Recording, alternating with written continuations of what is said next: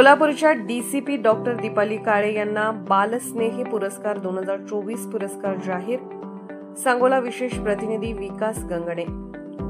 महाराष्ट्र राज्य बाल हक्क संरक्षण आयोगातर्फे आयोजित बालस्नेही पुरस्कार 2024 या पुरस्काराकरिता डॉक्टर दीपाली काळे पोलीस उपायुक्त गुन्हे सोलापूर शहर यांना उत्कृष्ट पोलीस उपायुक्त म्हणून जाहीर झाला आहे. तसेच महादेव राऊत वरिष्ठ पोलीस निरीक्षक अनैतिक मानवी वाहतूक प्रतिबंधक कक्ष सोलापूर शहर यांना बालस्नेही पुरस्कार 2024 उत्कृष्ट पोलीस निरीक्षक या प्रकारात गुन्हे शाखा सोलापूर शहर विभागातून जाहीर झाला आहे.